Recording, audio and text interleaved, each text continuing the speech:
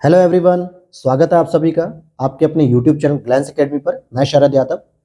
इस सीरीज में दोस्तों हम लोग डिस्कशन कर रहे थे। लगभग 16-17 लेक्चर्स हो चुके हैं, जो कि घटना चक्र 2023 का लेटेस्ट एडिशन है और जिसमें हम लोग बायोलॉजी को कवर कर रहे थे। हालांकि कुछ दिनों से बायोलॉजी की क्लासेस रुक गई थी, इंडियन ज्योग्राफी की क्लास रेगुलर आ रही है और अब यहाँ पर एक दिन में आपको 2 से 3 क्लासेस दी जाएंगी, जिसमें लगभग ड्यूरेशन होगा 50 टू 55 मिनट का, जिससे कि जल्दी से जल्दी टॉपिक कवर हो जाए। इससे पहले हम लोग ह्यूमन सिस्टम को पढ़ रहे थे और जनन और भ्रूणीय विकास, ये आपका लास्ट टॉपिक होगा ह्यूमन सिस्टम में। फिर इसके बाद हम लोग प्लांट यानी कि प्रकाश संश्लेषण की प्रोसेस, उसके हार्मोन्स, पादप रोग, इन सभी चीजों को डिस्कस करेंगे और इसके साथ ही अगले 5 से 6 लेक्चर में हम इस बायोलॉजी को कंप्लीट कर देंगे और फिर नेक्स्ट सब्जेक्ट आपका पॉलिटी, हिस्ट्री या एनवायरनमेंट, जो भी ठीक लगेगा या जिसकी भी आप लोग डिमांड करेंगे उसको शुरू कर देंगे। लेकिन कंटिन्यूअसली चलेगा और ये हमारा टारगेट रहेगा दोस्तों कि दिसंबर तक हम इसे कंप्लीट कर लें, जो आपके आरओ एग्जाम और यूपी पीसीएस 2024 के लिए बेहद ही हेल्पफुल होगा। ऐसा क्यों कह रहा हूं मैं? ऐसा क्यों कह रहा हूं कि दिसंबर तक कंप्लीट करूं? क्योंकि इसके बाद दोस्तों मैं आपके लिए पूरे यूट्यूब पर एक ऐसा लाइव सेशन या ऐसा सेशन लेकर आऊंगा जो इसके घटना चक्र के शॉर्ट नोट्स पे आधारित होंगे। मैं दिन रात पूरी मेहनत कर रहा हूं और इतना बेस्ट तरीके से मैं इसके शॉर्ट नोट्स तैयार कर रहा हूं कि जिसके बाद आपको कहीं भी घटना चक्र पढ़ने की आवश्यकता नहीं रह जाएगी। लेकिन उसके लिए शर्त यह है कि पहले आपको घटना चक्र की पूरी सीरीज को अच्छे से देखना होगा, कंप्लीट उसको स्टडी करना होगा, जिसके बाद आप जब शॉर्ट नोट्स पढ़ेंगे तो आपको चीजें रिकॉल हो सके, अच्छे से याद हो सके, रटना ना पड़े, चीजें कनेक्ट हो सके और वो बहुत ही रामबाण आपके लिए साबित होगी दोस्तों आरओ के एग्जाम में, या फिर आप यूपी पीसीएस कह सकते हो, या आपका जो एमपी पीसीएस का एग्जाम्स होने वाला है प्रीलिम्स का, उसके लिए भी बहुत हेल्पफुल रहेगी। यकीन मानिएगा, आप उसकी पीडीएफ जब मैं डेमो भेजूंगा टेलीग्राम चैनल पे तो आपको जानकारी मिल पाएगी। और इसके लिए आपको क्या करना होगा, टेलीग्राम चैनल को ज्वाइन कर लेना, जहां पे क्लास की अपडेट्स मिलती रहती हैं। चैनल पर पहली बार आए तो प्लीज सब्सक्राइब जरूर कर लेना। और अगर आप घटना चक्र 2023 के लेटेस्ट एडिशन की पीडीएफ लेना चाहते हैं तो डिस्क्रिप्शन बॉक्स में एक व्हाट्सएप नंबर दिया हुआ है, उस पर मैसेज करके आप वहां से पीडीएफ ले सकते हैं। तो ये तो हो गई सारी बेसिक जानकारी और अब हम शुरू करेंगे अपने आज के टॉपिक की। और अब क्लास की ड्यूरेशन थोड़ी बड़ी रखी जाएगी जिससे टॉपिक जल्दी कवर हो सके। तो आज का टॉपिक है हमारा जनन और भ्रूणीय विकास, यानी कि जो एम्ब्रॉय वगैरह डेवलप होते हैं उसके बारे में बात करेंगे कि वह प्रक्रम जिसके माध्यम से जीव अपनी संख्या में वृद्धि करता है, इट मीन्स अपनी जनसंख्या में वृद्धि करता है, उसे हम रिप्रोडक्शन सिस्टम कहते हैं। प्रजनन में भाग लेने वाले अंगों को प्रजनन अंग तथा जीव विशेष के सभी प्रजनन अंगों को शामिल किया जाता है, जिसमें हम रिप्रोडक्टिव सिस्टम इसे पूरा कंप्लीटली कह देते हैं। प्रजनन के माध्यम से प्रत्येक जीवधारी जो सजीव घटक होता है अपने ही समान जीवों को पैदा करता है। यानी प्लांट अगर, यानी कि पादप अगर है या कोई पेड़ पौधे हैं, जब वो प्रजनन की क्रिया में भाग लेते हैं तो अपने ही समान एक पेड़ को पैदा करते हैं नया, या एक पुष्प को नया पैदा करते हैं। अगर जंतु या जानवर जब प्रजनन की क्रिया करते हैं, सेक्सुअल इंटरकोर्स करते हैं, तो अपने ही जैसे जो एक प्रजाति का जन्म करते हैं। अगर ह्यूमन की बात करें तो ऐसा नहीं है कि इंसान का बच्चा गधा पैदा होगा या इंसान का बच्चा शेर पैदा होगा या खरगोश, ऐसा कुछ नहीं है। बल्कि इंसान का बच्चा इंसान ही पैदा होगा जो अपने ही समान जीवों को पैदा करता है। मानव भी अन्य कशेरुकियों की तरह, कशेरुकी क्या होते हैं दोस्तों, जिनके शरीर में रीढ़ की हड्डी होती है, मेरु रज्जु पाया जाता है, उन्हें ही हम क्या कहते हैं, कशेरुकी कहते हैं। एक लिंगी होता है। अन्य कशेरुकी की तरह एक लिंगी का मतलब क्या होता है कि जिस भी व्यक्ति के पास एक लिंग हो, या तो पुरुष होगा या फिर वो महिला होगी। जो हमारा एलजीबीटी जो समुदाय है उसमें कुछ ऐसे सिम्टम्स होते हैं कि किसी किसी के पास दोनों लिंग होते हैं। हालांकि ये अपवादिक स्थिति होती है, लेकिन मैक्स ऑफ स्टूडेंट क्या होते हैं, मतलब मैक्सिमम जो हमारी जनसंख्या है वो एक लिंगी है। इसमें नर तथा मादा के जननांगों और लैंगिक लक्षणों में भिन्नता होती है। जैसे पुरुषों में एक जोड़ी टेस्टिस पाए जाते हैं, वृषण, जो आपके पेनिस या डिक के नीचे होते हैं, दो, ठीक है, दो होते हैं। और स्त्रियों में एक जोड़ी ओवरीज पाई जाती है, जो सामान्यतः क्या होते हैं, अंडाशय, जहां पे पीरियड्स के टाइम जो आपके ओवम निकलते हैं वो आपके बॉडी के अंदर होते हैं, फिलोपियन ट्यूब से कनेक्टेड होते हैं। मानव में जो निषेचन होता है, इट मीन्स कि महिला में जो फर्टिलाइजेशन की क्रिया होती है वो ओविडक्ट या जिसे हम कहते हैं फिलोपियन ट्यूब में संपन्न होती है। यहाँ पे नर युग्मक, इट मीन्स कि स्पर्म या शुक्राणु, मादा युग्मक अर्थात ओवम या अंडाणु में निषेचन क्रिया के दौरान जाइगोट का निर्माण करता है। किसका निर्माण करता है? जाइगोट। ये पहली क्रिया होती है जब अंडाणु और शुक्राणु आपस में एक दूसरे से प्रेम करते हैं, टकराते हैं, तो वहां पे जाइगोट बनता है जो कि द्विगुणित होता है। द्विगुणित का मतलब क्या होता है? सबसे पहले दो भागों में, फिर 2 से 4, 4 से 8, 8 से 16, 16 से 32, ऐसे करके एक प्रोसेस होता है और जिसके विकास का फिर क्या होता है? शिशु का निर्माण होता है। मनुष्य में जन्म के समय निषेचन के बाद आदर्श रूप से लगभग 266 दिन या फिर 38 सप्ताह, जिसे आम भाषा में कह देते हैं हम लोग 9 महीने, इसके बाद बच्चे का जन्म होता है। तो अब इसी में आप देखेंगे कि मादा जनन पथ में पहुंचने के पश्चात शुक्राणु की निषेचन क्षमता लगभग 48 घंटों तक या कभी कभी 72 घंटों तक सुरक्षित रहती है। कहने का मतलब क्या हो गया कि जो महिला का जो आप देखोगे कि जो योनि है वहां से जो है कि पूरा का पूरा प्लेसेंटा होते हुए, गर्भाशय होते हुए जो फिलोपियन ट्यूब है जहां पे अंडाणु अपने यार मित्र का वेट कर रहा होता है स्पर्म। तो जब इंतजार कब तक करेगा वो भाई, कोई भी व्यक्ति है अपनी महिला मित्र का या पुरुष मित्र का कितनी देर तक इंतजार करेगा? 1 दिन 2 दिन। तो सेम वही प्रोसेस यहाँ पे भी होता है। अंडाणु या ओवम स्पर्म का लगभग 48 घंटे तक इंतजार करता है और 48 घंटे के अंदर अगर स्पर्म अपनी महिला मित्र अर्थात अंडाणु से अगर मिल लेता है तो वहां पे उन दोनों के बीच में एक जाइगोट की क्रिया शुरू हो जाती है। अगर 48 घंटे तक वो अंडाणु तक नहीं पहुंचता स्पर्म तो फिर वो स्पर्म खराब हो जाता है, उसका कोई वैल्यू नहीं रह जाता है। और जबकि अंडोत्सर्ग यानी ओव्यूलेशन के बाद अंडक कोशिका लगभग 12 से 24 घंटों तक निषेचन के योग्य बने रहती है। यानी जो फिलोपियन ट्यूब होती है, पीरियड्स आने के बाद जो आपका वहां पे वेट कर रहा होता है अंडाणु, तो वो 12 से 24 घंटे तक ओपन रहती है कि अगर इस दौरान कोई भी सेक्सुअल इंटरकोर्स होकर स्पर्म अगर बॉडी के अंदर आता है तो हम दोनों मिलकर एक नए बच्चे को जन्म दे देंगे। तो ये प्रोसेस होता है। निषेचन प्रक्रिया के बाद युग्मनज, जिसको हम जाइगोट भी कहते हैं, इसमें विभाजन प्रारंभ होता है। क्यों विभाजन प्रारंभ होता है? आपको लगेगा इस तरह से तो बच्चे टूट जाएंगे। बच्चे नहीं टूटते दोस्तों, क्योंकि जो भ्रूण होता है दोस्तों, ये असल में क्या है? ये असल में कोशिका है। एक कोशिका है जिसको हम सेल कहते हैं और कोशिका की मूल प्रवृत्ति है विभाजन होना। तो इसलिए ये टूटती है 2 में और ये 2 के गुणक में टूटती है, मतलब डबल होती जाती है। 2 से 4, 4 से 8, 8 से 16, 16 से 32, 32 से 64, 64 से 128, 128 से 512, इस तरीके से पूरा का पूरा एक प्रोसेस चलता जाता है और फिर 9 महीने बाद एक बच्चे का जन्म हो जाता है। इसमें स्पेशली मारुला, ब्लास्टुला और गैस्ट्रुला का निर्माण होता है। ये जब मैंने बताया 512 के बाद ये प्रोसेस आता है मारुला, ब्लास्टुला, गैस्ट्रुला, और गैस्ट्रुला के निर्माण की प्रक्रिया तीसरे सप्ताह में होती है। ठीक है, तीसरे सप्ताह में होती है और इसके दौरान 3 प्रारंभिक, ध्यान दीजिएगा, इसके दौरान 3 प्रारंभिक अंकुरण स्तरों की स्थापना होती है। किसकी स्थापना होती है? अंकुरण स्तरों की। मानव भ्रूण का हृदय अपने परिवर्धन के चतुर्थ पंचम सप्ताह में स्पंदन करने लगता है। इट मीन्स कि क्या हो गया, जो भ्रूण होता है बॉडी के अंदर, उसमें एक हार्ट यानी कि दिल धीरे धीरे डेवलप होता है, धीरे धीरे उस हार्ट का निर्माण होता है इस तरीके से। और इसके बाद इसमें पंपिंग कब शुरू हो जाती है? लगभग चौथे 5वें सप्ताह में। यानी मैं कह सकता हूं कि लगभग 1 महीने बाद धीरे धीरे उसमें स्पंदन शुरू होता है। और गर्भकाल के प्रथम 2 सप्ताह को पूर्व भ्रूणीय अवस्था कहते हैं, प्री एम्ब्रियोनिक स्टेज कहते हैं, जबकि तीसरे से 8वें सप्ताह को भ्रूण विकास का काल कहते हैं, मतलब एम्ब्रियो का डेवलपमेंट होता है, क्योंकि यह अंग विकास का मुख्य समय होता है। तीसरे महीने से जन्म तक के समय को भ्रूण काल कहते हैं, जिसे हम लोग फॉइटल पीरियड्स कहते हैं, जिसमें ऊतकों तथा अंगों का परिपक्वन होता है और शरीर में वृद्धि होने लगती है, निर्माण होता है। वहीं उल्व या एमनियन में उल्वी तरल भरा होता है, जो कि भ्रूण को नम बनाए रखने और बाहरी दबाव या धक्कों आदि से इसकी सुरक्षा करता है। तो उल्वी तरल को हम लोग एमनियोटिक फ्लूइड कहते हैं, जो भ्रूण की सुरक्षा करता है प्लेसेंटा और आदि के आसपास के क्षेत्र से, इत्यादि से इसकी सुरक्षा करता है। जरायु या कोरियोन नामक कला गैसीय विनिमय का नियंत्रण करती है, जबकि अपरा पोषिका एलेंटाइका जो कला होती है इन सब का करती है। हालांकि बहुत जरूरी बात नहीं है। अब चलते हैं हम लोग सीधे प्रश्न पे, जहां से हम समझेंगे कि किस प्रकार के प्रश्न पूछे जाते हैं कि फर्टिलाइजेशन कहाँ होता है। अब आप देखोगे चारों ऑप्शन, आपको लगेगा अरे सर ये तो महिलाओं से रिलेटेड है, कैसे हम बताएंगे। आपने यूट्रस वर्ड सुना होगा कई बार, आपने ओविडक्ट वर्ड सुना होगा, आपने ओवरी वर्ड सुना होगा, आपने वेजाइना वर्ड सुना होगा।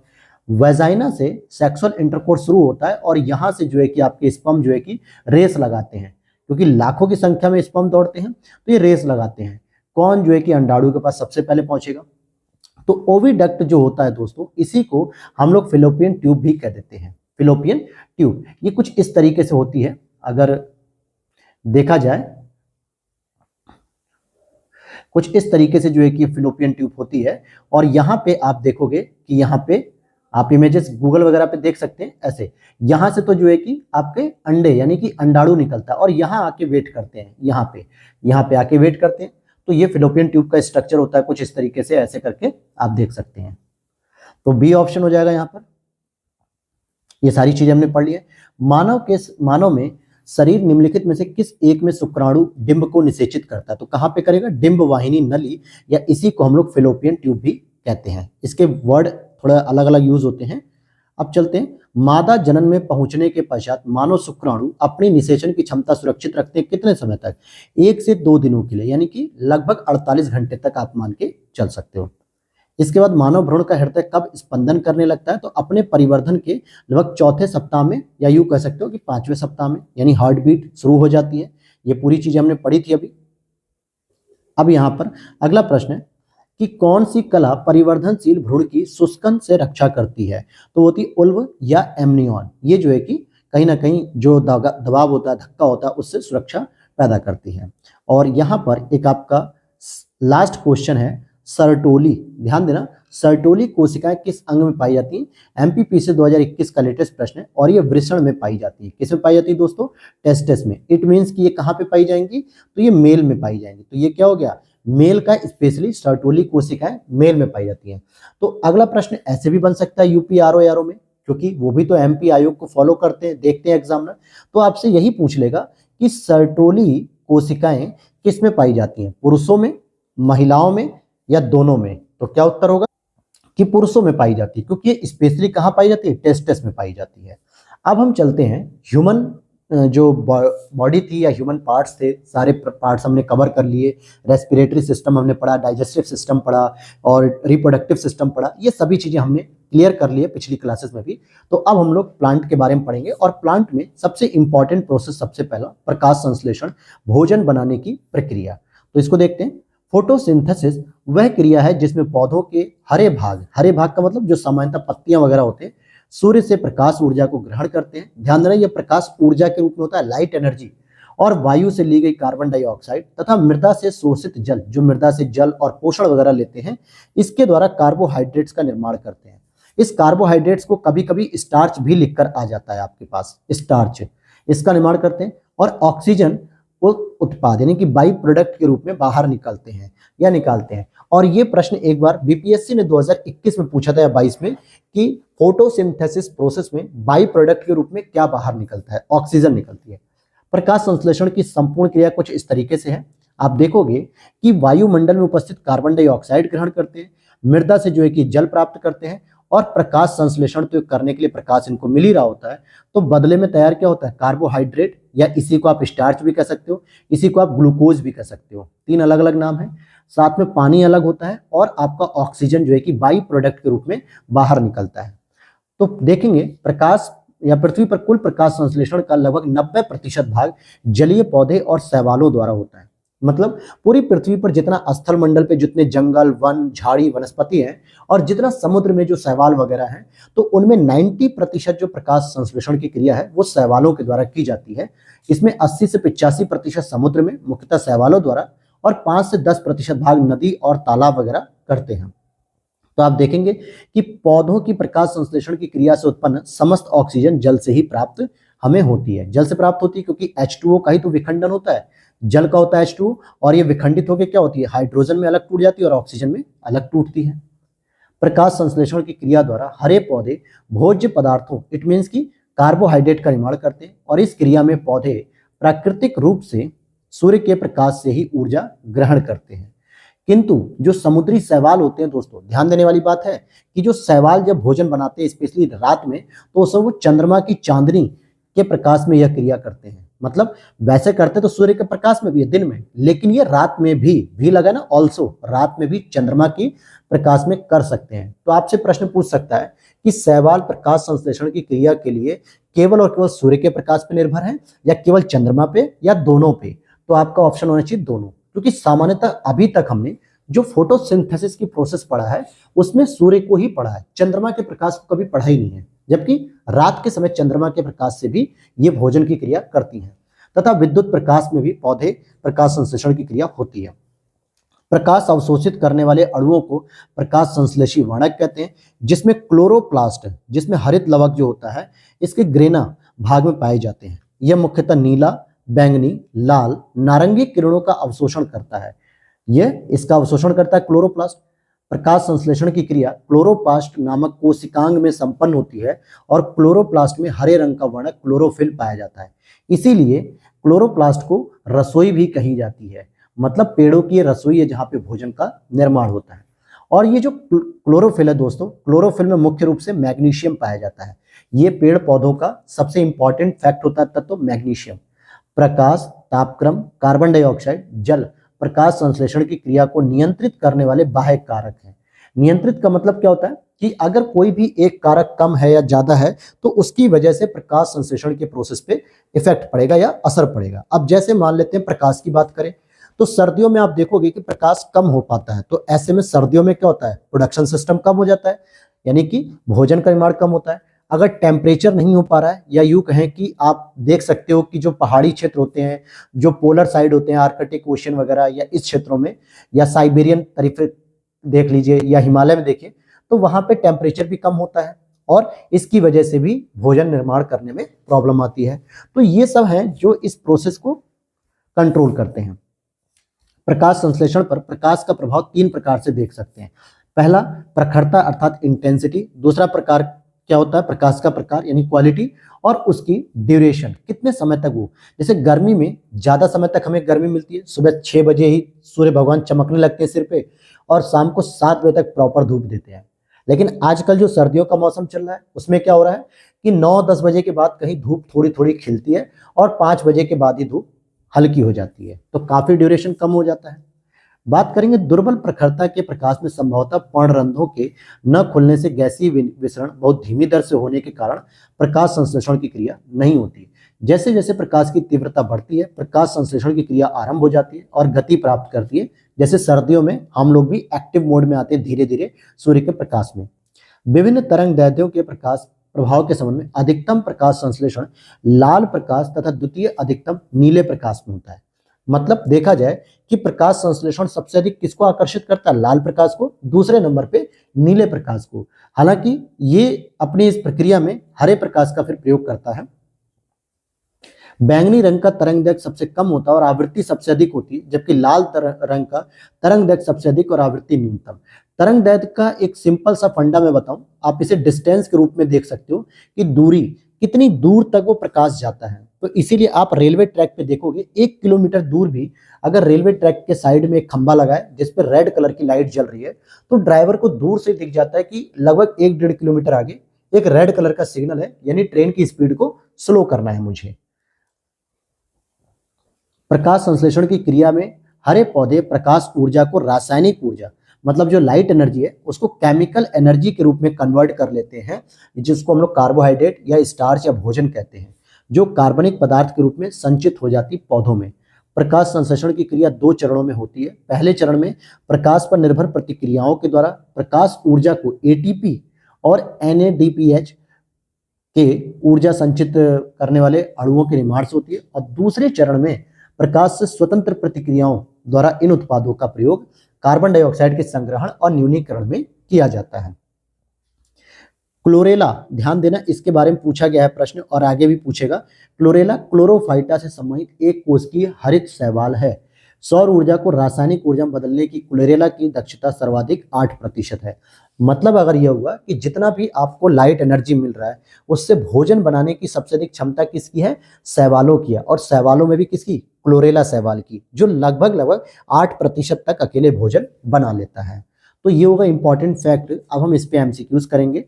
जैसे निम्नलिखित में से कौन सा क्लोरोफिल का घटक नहीं है, तो भाई क्लोरोफिल का घटक कौन सा नहीं हो सकता, कार्बन तो होना चाहिए, कार्बन होना चाहिए। ध्यान देना, इसका उत्तर हो जाएगा कैल्शियम, क्योंकि इसकी कोई भी आवश्यकता नहीं होती क्लोरोफिल के दौरान।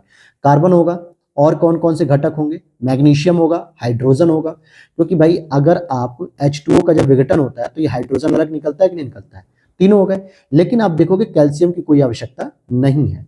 तो क्लोरोफिल में मुख्यतः कार्बन, हाइड्रोजन, ऑक्सीजन और नाइट्रोजन को भी याद कर लेना है, क्योंकि पौधे नाइट्रोजन की जो प्राप्ति करते हैं वो नाइट्रेट की फॉर्म में करते हैं, वरना पेड़ों का विकास नहीं हो सकता। तो ये भी एक इंपॉर्टेंट है। क्लोरोफिल में निम्नलिखित में से कौन सा तत्व पाया जाता है? तो मैग्नीशियम पाया जाता है, मैग्नीशियम पाया जाता है। फिर यहाँ पे रिपीटेड प्रश्न है कि यहाँ पर भी क्लोरोफिल में क्या है? तो मैग्नीशियम है। जो रिपीटेड है उसको हम लोग इजिली समझ ले रहे हैं। प्रकाश संश्लेषण का उप उत्पाद, देखिए बीपीएससी 2019 मैंने कहा था ना, तो इसका ऑक्सीजन हो जाएगा क्योंकि ये बाई प्रोडक्ट के रूप में निकालते हैं। और इस प्रक्रिया को मैंने ऊपर समझाया था। हरे पौधों में प्रकाश संश्लेषण की क्रिया में होता है, क्या होता है?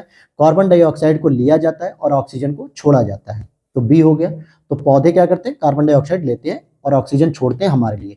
ग्लूकोज का सूत्र, जिसको हमने क्या कहा? ग्लूकोज कह सकते हो, कार्बोहाइड्रेट कह सकते हो, या फिर स्टार्च कह सकते हो, जो प्रकाश संश्लेषण की क्रिया में बनता है। और इसी को हम लोग रासायनिक ऊर्जा भी कह देते हैं, जिस फॉर्म में इसको संचित किया जाता है, C6H12O6।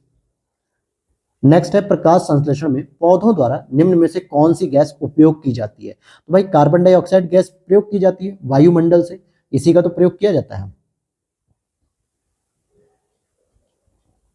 आप देखेंगे यहाँ पे कि वनस्पति कोशिकाओं के द्वारा प्रकाशीय ऊर्जा को रासायनिक ऊर्जा में परिवर्तन करने की क्रिया को प्रकाश संश्लेषण कहते हैं। और इसमें पौधे अपने हरे रंग वाले अंगों जैसे कि पत्ती द्वारा सूर्य के प्रकाश की उपस्थिति में वायुमंडल से कार्बन डाइऑक्साइड, भूमि से जल लेकर कार्बनिक खाद्य पदार्थों जैसे कि कार्बोहाइड्रेट्स का निर्माण करते हैं और ऑक्सीजन गैस को बाहर निकालते हैं, यानी बाई प्रोडक्ट के रूप में।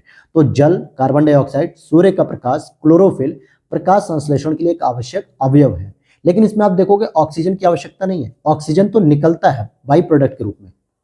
प्रकाश संश्लेषण के दौरान हरे पौधे अवशोषित करते हैं किसको? कार्बन डाइऑक्साइड को करते हैं।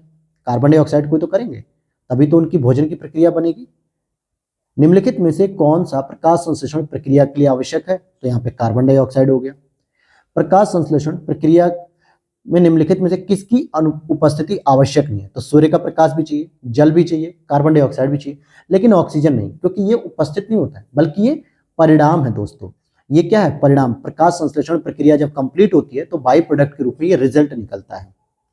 ऑक्सीजन जो प्रकाश संश्लेषण से उत्पन्न होता है वो कहाँ से आती है? तो ऑक्सीजन जल से आती है, क्योंकि जल का जो अणु होता है वो H2O होता है। जब ये क्रिया करता है तो हाइड्रोजन वाला पार्ट चला जाता है, आपके ग्लूकोज में ऐड हो जाता है, और जो ऑक्सीजन वाला पार्ट होता है वो आपका मुक्त हो जाता है।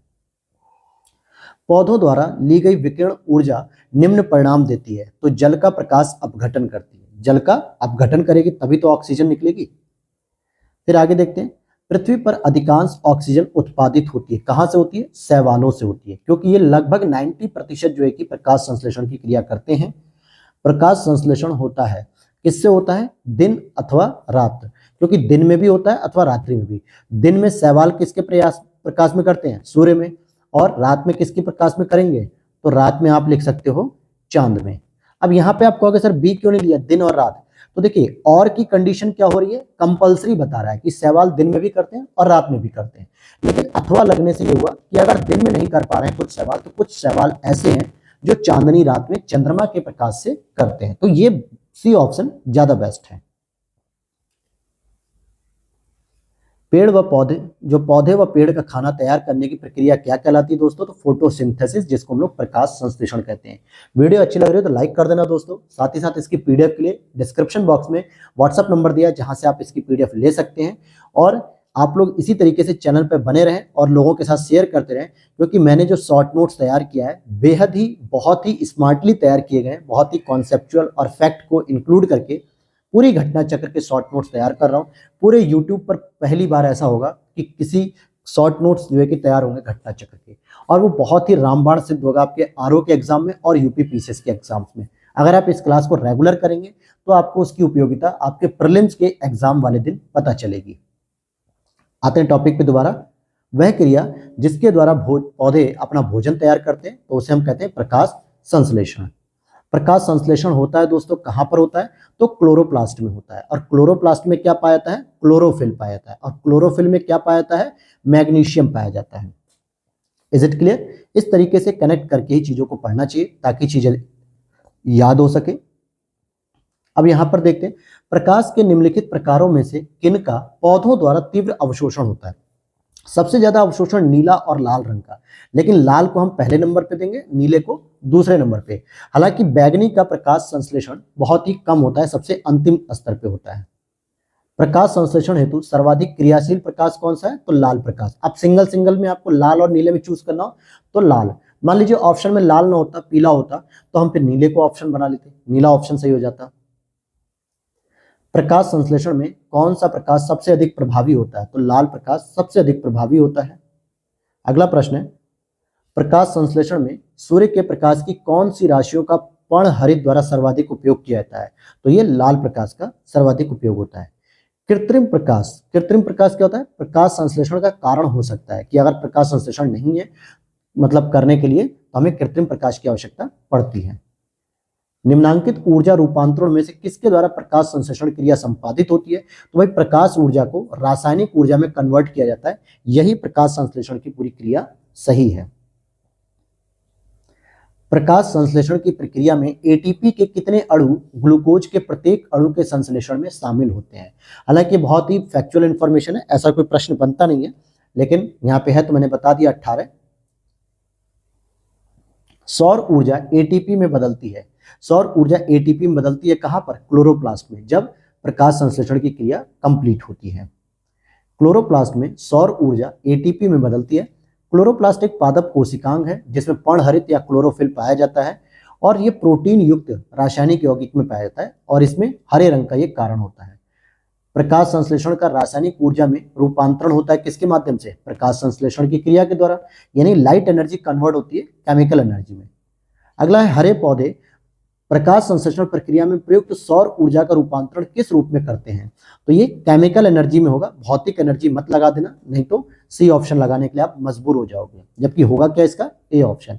अब आप देख रहे हो कि हर प्रकार से यहाँ पे क्वेश्चन पूछे जा रहे हैं कि प्रकाश संश्लेषण के चैप्टर से क्या क्या प्रश्न बन सकते हैं, वो सारी चीज आपको मैं यहाँ पे रिपीट करा रहा हूँ, रिपीट टेलीकास्ट। प्रकाश संश्लेषण में क्या करते हैं? प्रकाश ऊर्जा को यांत्रिक ऊर्जा में परिवर्तित करते हैं। ध्यान देने वाली बात है, यांत्रिक ऊर्जा, ठीक है, जिसको हम लोग फिर यहां पे हम देखते हैं निम्नलिखित में से कौन सा एक प्रक्रम प्रकाश संश्लेषण में सम्मिलित होता है? स्थितिज ऊर्जा मुक्त होकर प्राप्यतम ऊर्जा बनती है, प्राप्यतम ऊर्जा स्थितिज ऊर्जा में परिवर्तित होती है और संचित हो जाती है, बी ऑप्शन हो गया। प्राप्यतम ऊर्जा का मतलब क्या हो गया? आपको कौन सी एनर्जी मिल रही है? Light energy. स्थितिज ऊर्जा का मतलब क्या हो गया? कि आपने जो केमिकल एनर्जी बनाई है वो फिर स्टोर भी हो रही है, वो स्थितिज है, जब तक आप उसका यूज नहीं करोगे तब तक वो स्थित है। इतनी बात क्लियर हो गई? तो यही चीज वो कह रहा है, तो बी ऑप्शन हो गया।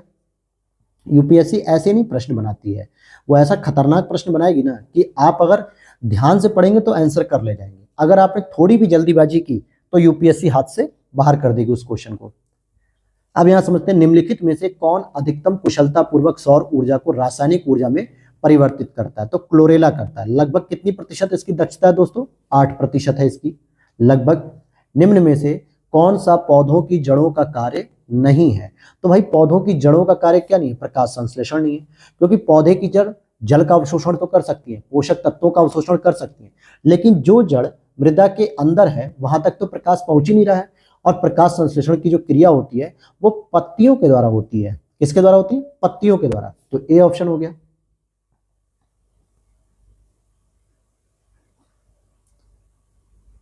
अगला प्रश्न है, अधोलिखित में से कौन सा पृथ्वी के कार्बन चक्र में कार्बन डाइऑक्साइड की मात्रा को नहीं बढ़ाता है? तो भाई कौन नहीं बढ़ाता है? प्रकाश संश्लेषण। क्यों? क्योंकि ये बढ़ाता नहीं है बल्कि इसे कम करता है, ये एब्जॉर्प्शन करता है, इसका अवशोषण करता है। रात के समय यह सलाह दी जाती है कि पेड़ के नीचे न सोएं, क्योंकि पेड़ क्या करते हैं? रात में कार्बन डाइऑक्साइड को मुक्त करते हैं, सॉरी सी वाला ऑप्शन हो जाएगा। क्योंकि दिन में क्या करते हैं? वो CO2 को लेते हैं अपने पास भोजन बनाने के लिए, लेकिन रात में कहते हैं कि अब हमें भोजन नहीं बनाना है, अब हम थक गए हैं, तो दिन में क्या करते हैं? मतलब रात में CO2 को छोड़ने लगते हैं। और अगर ऐसी स्थिति में आप पेड़ के नीचे सोए तो आपके पास ऑक्सीजन न जाके आपके शरीर में CO2 की मात्रा बढ़ेगी, इसीलिए वो हानिकारक होगी और इसलिए मना किया जाता है। रात्रि में पेड़ के नीचे सोना हानिकारक होता है, क्योंकि पेड़ छोड़ते हैं, क्या छोड़ते हैं? कार्बन डाइऑक्साइड छोड़ते हैं। अब अगला प्रश्न देखते हैं यहाँ पे कि सूर्य के प्रकाश के अदृश्य भाग से प्रकाश संश्लेषण किया जाता है, तो किसके द्वारा? बैक्टीरिया के द्वारा। ध्यान देना कि आप कहोगे सर जीवाणु तो सर जो है कि जीव में आता है और ये कैसे कर सकता है, ये तो परपोषी होता है, लेकिन मैं आपको बताऊं कि कुछ ऐसे जीवाणु होते हैं जैसे ग्रीन सल्फर बैक्टीरिया, जो स्पेशली आपको समुद्र की गहरी सतह में मिलते हैं, ये अपना भोजन भी बनाते हैं। तो इसीलिए ये जहां पे प्रकाश नहीं पहुंचता है वहां पर ये प्रकाश संश्लेषण की क्रिया करते हैं, तो बैक्टीरिया द्वारा की जाती है। और अब हमारा अगला चैप्टर है यहाँ पे प्लांट न्यूट्रिशन। जिस प्रकार से हमने ह्यूमन न्यूट्रिशन को पढ़ा, विटामिन के बारे में पढ़ा, मिनरल्स के बारे में पढ़ा, उसी तरीके से प्लांट के न्यूट्रिशन को भी पढ़ेंगे। क्लास हो चुकी है 30 मिनट्स की, लेकिन अब हम लोग 20 मिनट्स लगभग और करेंगे ताकि जल्दी से जल्दी ये टॉपिक कवर हो जाए, सारी बुक्स कंप्लीट हो जाएं दिसंबर लास्ट तक। फिर उसके बाद हम लोग आगे काम करेंगे। तो देख लेते हैं पादप पोषण के बारे में कि हरे पौधे स्वपोषी होते हैं, जिनको हम ऑटोट्रॉफिक कहते हैं। ऑटो मतलब जो अपना भोजन स्वयं बनाते हैं, अर्थात ये कार्बनिक पदार्थों अर्थात भोजन का निर्माण स्वयं से करते हैं। पौधों द्वारा जल व अकार्बनिक तत्व भूमि से प्राप्त किए जाते हैं, जिसको हम पोषक तत्व भी कहते हैं। और अकार्बनिक तत्व भूमि में खनिजों के रूप में उपस्थित होते हैं, खनिज के रूप में। ये खनिज तत्व या पोषक तत्व कहलाते हैं। इनका पोषण खनिज पोषण भी कहलाता है, मतलब मिनरल न्यूट्रिशन भी कहलाता है। पौधों को अपना जीवन चक्र नियमित रूप से पूरा करने, विकार रहित यानी बीमारी रहित रहने और समुचित विकास के लिए 17 प्रकार के अनिवार्य तत्वों को चिन्हांकित किया गया है। इंपॉर्टेंट है दोस्तों, कितने प्रकार के पोषक तत्व कंपलसरी है इनके लिए, अनिवार्य हैं 17 प्रकार के। हालांकि इसको भी हमने क्या किया, आगे दो अलग अलग कैटेगरी में बांटा है। 9 तत्वों को हमने वृहद मात्रा में जिसकी आवश्यकता होती है, इसे हमने दीर्घ मात्रा पोषक तत्व जिसको मैक्रोन्यूट्रिएंट कहा। और जबकि जो 8 तत्व होते हैं इनकी आवश्यकता में कम मात्रा में होती है, मतलब पौधों को, जिसको हम सूक्ष्म पोषक या लघु मात्रा पोषक कह सकते हैं। तो 9 तो हो गए मैक्रो जो कंपलसरी है, और 8 हो गए माइक्रो जिसकी आवश्यकता कम पड़ती है, ना भी रहे तो भी चलेगा। तो पहले तो हम बात करेंगे यहाँ पे सबसे इंपॉर्टेंट वाले पोषक तत्व। जैसे आप देखोगे कार्बन होगा, तभी तो जो है कि कार्बन डाइऑक्साइड मिल रही है, हाइड्रोजन, ऑक्सीजन, नाइट्रोजन, ये चारों तो वो इंपॉर्टेंट है जिसके बिना काम नहीं हो सकता पौधों का। Phosphorus, potassium, sulphur, calcium, magnesium, ये इस तरीके से जो 9 आपको मैं बता रहा हूँ, इनकी एक लिस्ट भी बना लीजिएगा। वैसे मैंने शॉर्ट नोट्स में बना रखा है, बहुत ही प्रॉपर तरीके से उसको फ्रेमिंग की गई है, आपको बहुत समझ में आएगा उस चीज़ को, जिसकी क्लास में जनवरी से शुरू करूँगा। तो यहाँ पे ये 9 टॉप जो पोषक तत्व हैं इंपॉर्टेंट वाले, तो ये पूछ लेता है कि कौन से सूक्ष्म पोषक तत्व नहीं है, और इसको एक रख देता है क्वेश्चन में। क्वेश्चन दिखाऊंगा आपको, समझ में आएगा कैसा पूछा जाता है। और अगर हम बात करें सूक्ष्म की, तो बोरॉन, क्लोरीन, कॉपर, तांबा जिसे हम कहते हैं, लौह, मैग्नीज, मॉलिब्डेनम, निकेल और जिंक, ये सब सूक्ष्म पोषक तत्व की श्रेणी में आते हैं। अब यहाँ पर 2 प्रकार के ऊतक पाए जाते हैं, जैसे एक होता है जाइलम और एक होता है फाइलम। तो जाइलम का जो फंक्शन होता है वो क्या होता है, जल संवाहक ऊतक। आप इसको कैसे याद कर सकते हो, तो देखिए जाइलम अगर लिखा है तो ज से क्या होता है, जल, तो ये जल ले जाने का काम करता है। और जल ऑलवेज नीचे से ऊपर जाता है, क्योंकि ये कैपिलरी प्रोसेस या केशिकत्व प्रोसेस के माध्यम से आगे बढ़ता है। कैपिलरी प्रोसेस जैसे मोमबत्ती का जलना, लालटेन का जलना, नीचे से ऊपर पानी जा रहा है, जड़ों से खींचकर पूरे भागों में पहुंचा रहा है। दूसरा एक होता है ऊतक दोस्तों, फ्लोएम। फ्लोएम को एफ से क्या होता है, फूड होता है, फूड मतलब भोजन होता है। और ये बॉडी के पूरे हर पार्ट में जो है कि भोजन को पहुंचा रहा है, जिसको पहुंचाने के लिए एटीपी के फॉर्म में एनर्जी भी चाहिए, जबकि जल को पहुंचाने में कोई एनर्जी की जरूरत नहीं होती है। तो जाइलम और फ्लोएम का पता चल गया। इसका मुख्य कार्य होता है जाइलम का अवशोषित जल और खनिज लवणों को पौधों के विभिन्न भागों तक पहुंचाना। तो मिनरल्स को तो विभिन्न भागों तक पहुंचाता है, लेकिन जल को भी पहुंचाता है। और ये 4 प्रकार की, क्या है भाई, 4 प्रकार की कोशिकाओं या कोशाओं, जैसे कि वाहिनिकाएं, वाहिनी मतलब वाहिकाएं, और काष्ठ मृदक और काष्ठ तंतु से निर्मित होता है। हालांकि इसको जानने की आवश्यकता नहीं है इतना डीप में। अब हम बात करेंगे फ्लोएम की, तो फ्लोएम को बास्ट ऊतक भी कहते हैं। इसका प्रमुख कार्य होता है हरे भागों में निर्मित जितना भी भोज्य पदार्थ है ये दूसरे भागों में स्थानांतरित किया जा सके।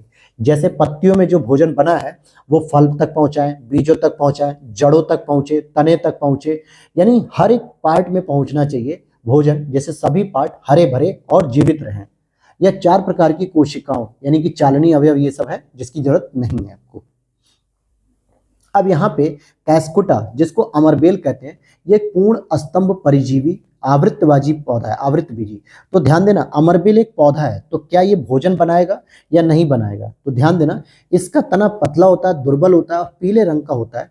इसका तना पोषक के चारों ओर यानी कि जिस पेड़ पर ये लटके हुए हैं इसके चारों ओर लिपट कर परजीवी मूल के द्वारा भोजन प्राप्त करता है, खनिज लवण प्राप्त करता है और जल भी प्राप्त करता है। तो आप देख सकते हो अमरबेल अपना कोई भोजन नहीं बनाता है, पौधा होने के बावजूद भी नहीं बना रहा है। इतना बड़ा आलसी पेड़ है ये कि भाई तेरे पास तो वो गुण है, प्रकाश संश्लेषण कर सकता है तू पौधे के रूप में, लेकिन ये नहीं करता है। कहता जब मुझे फ्री का मिल रहा है तो मैं क्यों मेहनत करूं। तो ये उसी प्रवृत्ति का है। तो शुरू करते हैं। अब हम यहाँ से संबंधित जो एमसीक्यूज है उसको पढ़ते हैं। बीपीएससी का लेटेस्ट 2022 में प्रश्न पूछा गया कि पौधे का तना पौधे के सभी हिस्सों में भोजन वितरित करने में जो है कि किसकी मदद से करता है। तो जो पौधे का तना पौधे के सभी हिस्सों में भोजन वितरित करने के लिए, तथा यहाँ पे ई दे रहा है।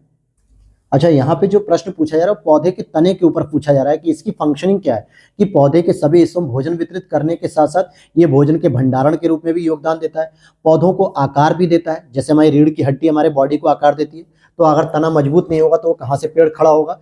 तो ये सारी चीजें देता है, इसलिए ई हो जाएगा कि उपर्युक्त में से एक से अधिक हो जाएगा। तो ये पौधे की फंक्शनिंग थी। जल की अधिकतम मात्रा जिसकी पौधों की आवश्यकता होती है, जल की अधिकतम मात्रा जिसकी पौधों को आवश्यकता होती है, वह उसे अवशोषण करते हैं किसके माध्यम से, जड़ों के बालों से कह सकते हैं, या जड़ों के रोम। कभी कभी यह भी शब्द आ जाता है रोम। आप देखोगे किसी पौधे की अगर जड़ होती है तो कुछ इस तरीके से होती है, कुछ इस तरीके से, और इसमें भी छोटे छोटे रोम्स होते हैं, बाल होते हैं, तो उसी को कहा जा रहा है। ये मतलब पौधे अपनी जड़ों के बालों द्वारा भूमि से जल का अवशोषण करते हैं। जड़ों के बाल को रूट हेयर भी कहते हैं, कभी कभी जड़ों के रोम भी कह देते हैं। ये एक पतली भित्ति वाली एक कोश की संरचना है जो जड़ों के बाहरी भाग एपिडर्मिस से निकली होती है। अगला प्रश्न है, जब किसी वृक्ष की छाल वृक्ष के आधार के पास से गोलाकार चारों तरफ से हटा दी जाती है तो यह वृक्ष धीरे धीरे सूखकर मर जाता है। क्यों मर जाता है दोस्तों? क्योंकि जड़ों जो होती हैं वो जड़ें ऊर्जा से वंचित हो जाती हैं, और जब जड़ों को ऊर्जा नहीं मिलती तो जड़ें सूखने लगती हैं, और जब जड़ सूख जाएगी दोस्तों तो पूरा का पूरा पेड़ ही सूख जाएगा। संवहनी पौधों में पानी ऊपर किससे पहुंचता है, यानी कि वेस्कुलर पौधों में पानी ऊपर किससे पहुंचेगा? तो मैंने आपको बताया जल किससे जाएगा? जाइलम टिश्यू से जाएगा। फ्लोएम टिश्यू से क्या जाएगा? फूड मतलब क्या हो गया? भोजन। तो आप इस तरीके से डी ऑप्शन लगा सकते हो। ये अक्सर कंफ्यूजन होता है लोगों को। पेड़ पौधों में जाइलम का मुख्य कार्य क्या है? जाइलम मतलब जल, तो जल वहन के लिए इसको जाना जाता है। पौधों में पानी पहुंचाया जाता है, ये वही फिर जाइलम आ गया। तो ये रिपीटेड प्रश्न है जो आपको याद हो जाएगा। जाइलम और फ्लोएम, इसके बीच में आपको डिफरेंसेस क्लियर हो जाएंगे। पौधे में फ्लोएम उत्तरदायी होता है। फ्लोएम मतलब फूड, इट मीन्स की आहार वहन करने के लिए, भोजन को पहुंचाने के लिए। कौन सा जीवित ऊतक उच्च वर्गीय पौधों में जैव पोषक वाहक का कार्य करता है? तो भाई पोषक वाहक कौन करेगा? फ्लोएम करेगा, यानी कि भोजन की बात कौन करेगा? फ्लोएम लेके जाएगा, जो पत्तियों से भोजन को पौधे के विभिन्न भागों तक पहुंचाता है, जड़ों तक, तने तक, टिप तक और फलों तक। ये सभी पौधे अपना पोषक तत्व मुख्यतः किससे प्राप्त करते हैं? तो मृदा से प्राप्त करते हैं, जिसमें खनिज वगैरह होता है, जल होते हैं, ये सभी चीजें प्राप्त करते हैं। जैसे हरे पौधे स्वपोषी होते हैं और कार्बनिक पदार्थों का निर्माण स्वयं करते हैं। पौधे जल द्वारा मतलब पौधों द्वारा जल और अकार्बनिक तत्व भूमि से प्राप्त किया जाता है। अकार्बनिक तत्व भूमि में खनिजों के रूप में उपस्थित होते हैं, और ये खनिज तत्व या पोषक तत्व कहलाते हैं, और इनका पोषण खनिज पोषण कहलाता है। यहाँ पे नेक्स्ट क्वेश्चन है, कौन सा तत्व पौधों के विकास के लिए आवश्यक नहीं है? तो मैंने अभी बताया था कि कौन सा आवश्यक नहीं है। तो कैल्शियम पढ़ा था हमने, पोटेशियम पढ़ा था, मैग्नीशियम पढ़ा था, लेकिन सोडियम की आवश्यकता नहीं होती है। सोडियम की आवश्यकता नहीं होती है। तो ये पूरी की पूरी डिटेल है, जिसमें हमने जो प्राथमिक स्तर पे पढ़ा था मैक्रो क्वांटिटीज में, तो नाइट्रोजन था, phosphorus, potassium, carbon, hydrogen, oxygen, calcium, magnesium और सल्फर। तो ये प्रमुख जो है कि पोषक तत्व है जिनकी आवश्यकता अनिवार्य रूप से पड़ती है। लेकिन वहीं पे कुछ सूक्ष्म भी थे, जैसे लौ हो गया, जिंक, मैग्नीज, बोरान, तांबा, मॉलिब्डेनम, निकेल, क्लोरीन। तो ये सूक्ष्म पोषक तत्व है 8 प्रकार के, जो कम मात्रा में भी मिले तो भी काम चल जाएगा पौधों का। तो अगले प्रश्न की ओर देखते हैं कि पौधों की वृद्धि के संबंध में निम्नलिखित में से कौन सा मैक्रोन्यूट्रिएंट, देखिए मैक्रोन्यूट्रिएंट पूछ रहा है, यानी इंपॉर्टेंट वाला, माइक्रो नहीं मैक्रो, तो ये पोटेशियम हो गया। अब अगले प्रश्न की ओर चलते हैं हम लोग।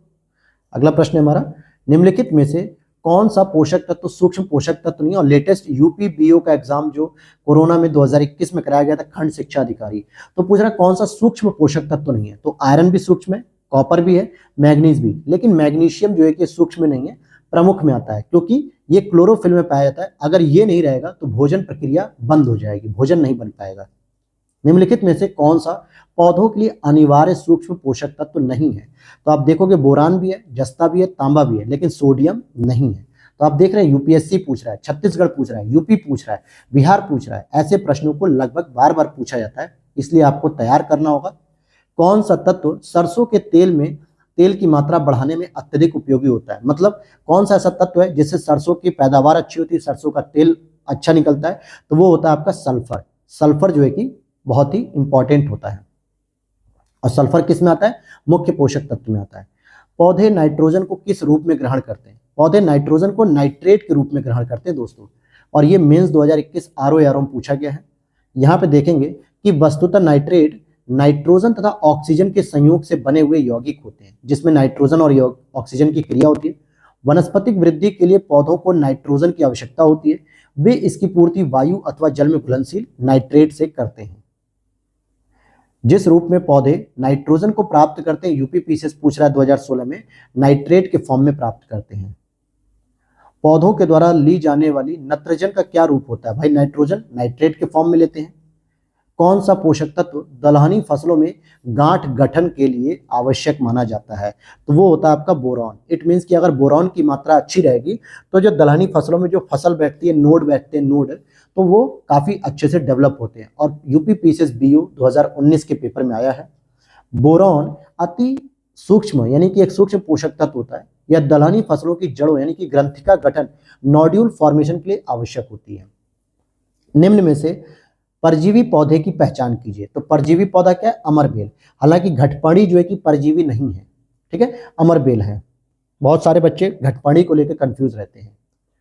फिर अगला प्रश्न है कैस्कुटा।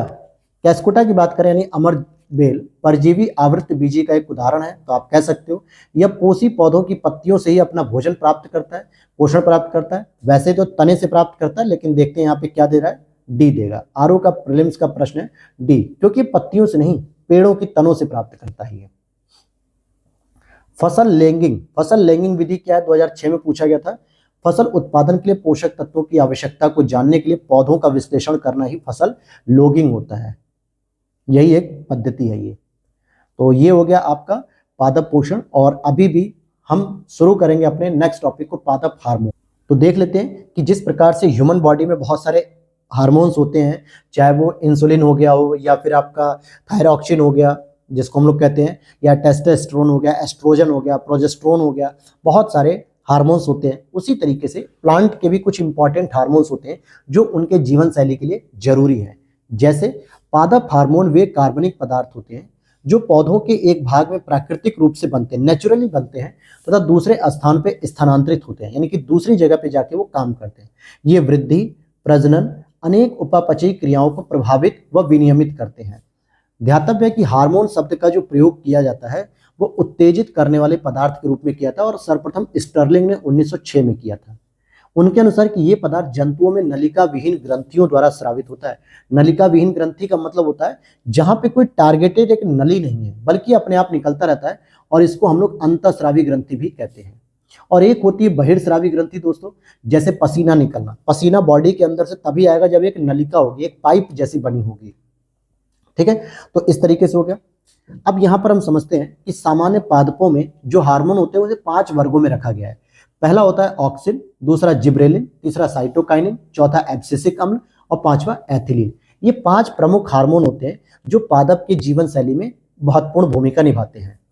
पादप हार्मोन को वृद्धि नियामक, ग्रोथ यानी कि जो ग्रोथ रेगुलेटर्स भी कहते हैं, जो वृद्धि वर्धक और वृद्धि रोधक दोनों रूप में होते हैं।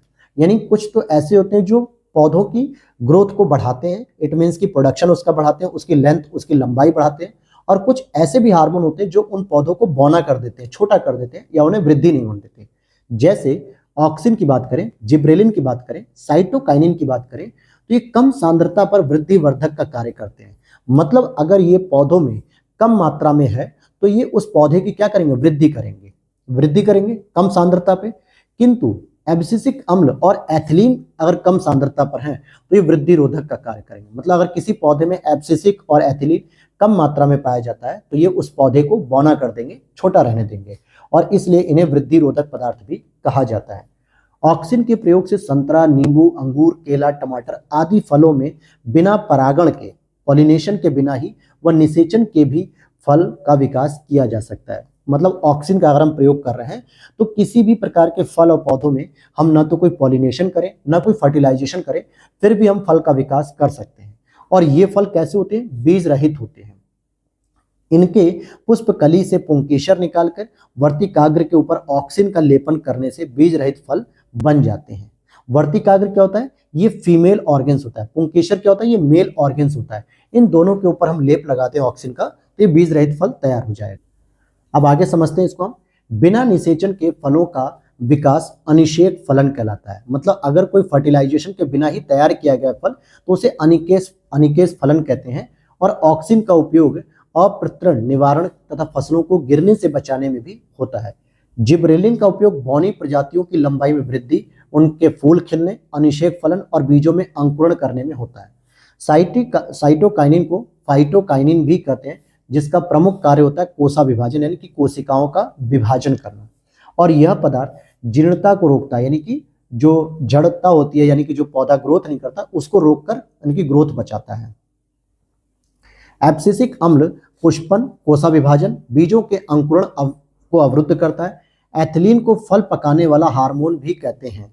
यह पौधे के तने के अग्रभाग में बनता है और विसरित होकर फलों को पकाने में सहायता प्रदान करता है। एथिलीन पत्तियों, फलों, पुष्पों के विलगन यानी पौधों से अलग होने की प्रक्रिया को तीव्र कर देता है एथिलीन। और इसी वजह से जैसे ही फल पक जाते हैं तो सामान्यतः क्या होते हैं? फल गिर जाते हैं, टूट जाते हैं अपने आप ही। तो ये आपको समझ में आ गया होगा। अब हम यहाँ पर चलते हैं, एमसीक्यू सीरीज शुरू करते हैं। निम्नलिखित में से कौन सा पादप हार्मोन नहीं है? तो आप देखोगे एथिलीन भी है, जिब्रेलिन भी है, साइटोकाइनिन भी, जबकि इंसुलिन नहीं है। क्योंकि इंसुलिन जो है कि आपका पादप नहीं बल्कि ह्यूमन हार्मोन है, जो आपके कहाँ से रिलीज होता है? अग्नाशय से रिलीज होता है। और इसकी वजह से डायबिटीज के पेशेंट को जो है कि मदद मिलती है, कंट्रोल करता है ये। तो सी ऑप्शन हो गया ये। निम्नलिखित में से कौन पादप हार्मोन है? तो आप देखोगे साइटोकाइनिन है। और ये देखेंगे 2015, 2016, 2021 इतनी बार ये प्रश्न पूछा गया इन्हीं कोड के साथ। इंसुलिन आपका ह्यूमन बॉडी है, एस्ट्रोजन महिलाओं में पाता है, थायरॉक्सिन गले में होता है जिसकी कमी की वजह से घेंगा रोग होता है, साइटोकाइनिन प्लांट में पाए जाने वाला हार्मोन होता है, जिसके 5 रूप हमने पढ़े अभी, एब्सिसिक अम्ल, ऑक्सिन और साइटोकाइनिन, एथिलीन और जिब्रेलिन। फिर यहाँ हम पढ़ते हैं निम्न में से कौन सा पौधा वृद्धि हार्मोन यानी कि प्लांट हार्मोन के नाम से जाना जाता है? तो वो होता है साइटोकाइनिन, जो कि वृद्धि करता है। फिर अगला प्रश्न है, निम्नलिखित में से कौन सा एक पादप हार्मोन है? थायरॉक्सिन नहीं, इंसुलिन नहीं, साइटोकाइनिन होता है। ये बिल्कुल सही। और यही देखिए अभी प्रश्न और भी जगह रिपीट हो रहा था। अब यहाँ पर कुछ हार्मोन दिए हुए हैं और इनके फंक्शन दिए हुए हैं, पादप हार्मोन और कार्य। तो यहाँ पर आप देखेंगे कि ये 2016 में पूछा गया था आरओ के एग्जाम्स में। ऑक्सिन की बात करें तो ये शिखर प्रधानता, मतलब कि पेड़ों की लंबाई बढ़ाता जाता है। और जिब्रेलिन की बात करेंगे दोस्तों तो ये कोशिका में वृद्धि करता है, जो पेड़ों की कोशिका डिवीजन होती है। साइटोकाइनिन की बात करेंगे तो ये वृद्धि अवरोधक होता है। और एब्सिसिक अम्ल ये आपका कोशिका का विभाजन करता है। ठीक है, तो ये आपका हो जाएगा इस तरीके से, मिलान मैंने कर दिया। यहाँ पे देखेंगे आप कि ऑक्सिन हो जाएगा शिखर की प्रधानता, जिब्रेलिन कोशिका की वृद्धि, साइटोकाइनिन कोशिका विभाजन, एब्सिसिक अम्ल वृद्धि अवरोधक। फिर अगला प्रश्न है यहाँ पे, सूखा सहिष्णुता से संबंधित हार्मोन है, कौन सा हार्मोन है? तो एब्सिसिक अम्ल है। क्यों कह रहा हूं मैं ऐसा? क्योंकि आप देखोगे सूखे के प्रति सहनशील पौधे सूखे की परिस्थितियों में एब्सिसिक अम्ल नामक पादप हार्मोन का संश्लेषण करते हैं, जिससे उन्हें जल को संरक्षित करने में मदद मिलती है। यानी रेगिस्तान में कुछ ऐसे पौधे हो सकते हैं या जहाँ पे पानी की कमी होती है, टैगा वाले बायोम में जो पहाड़ी क्षेत्रों में देखने को मिलते हैं, तो यहाँ पर एब्सिसिक अम्ल जो है कि इन पौधों में मिलता है, जिसकी वजह से वो जल की कमी के बिना भी अपने जीवन को इजीली चला सकते हैं। गैसीय स्थिति में पाए जाने वाला जो हार्मोन है दोस्तों वो एथिलीन है। और ये फल पकाने में यूज होता है नेचुरली। हालांकि इसी की जगह एक एसिटिलीन नाम की एक गैस का प्रयोग किया जा रहा था फल पकाने के लिए, लेकिन उसे केंद्र सरकार के द्वारा बैन कर दिया गया है। हरे फलों को कृत्रिम ढंग से पकाने के लिए कौन सी गैस प्रयोग की जाती है? कृत्रिम तरीके से, क्योंकि नेचुरल तो होती नहीं, तो एसिटिलीन होती है।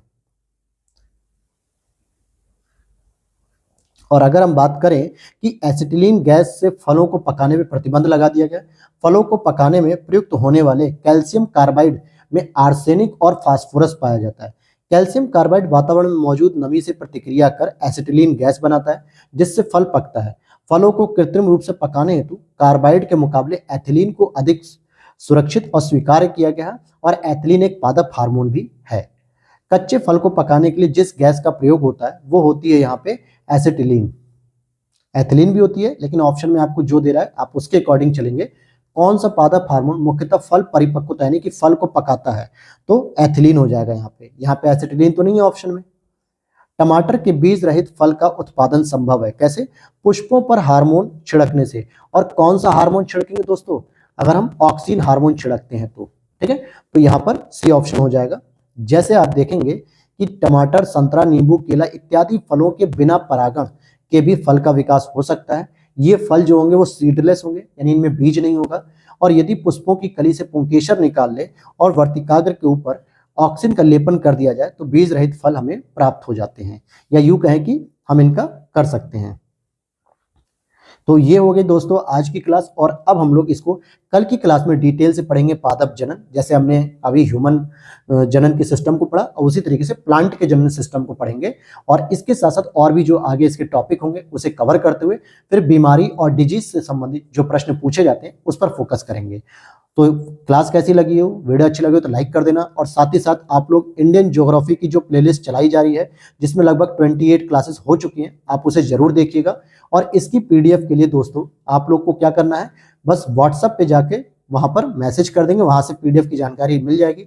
और इसके लिए व्हाट्सएप नंबर आपको डिस्क्रिप्शन बॉक्स में दिया गया है वीडियो के नीचे, जहाँ पे आप खोलेंगे मोर लिख के आता है ना वीडियो के नीचे, उसे ओपन करेंगे तो वहां पे मिल जाएगा। तो मिलते हैं नेक्स्ट वीडियो में। Thanks for watching.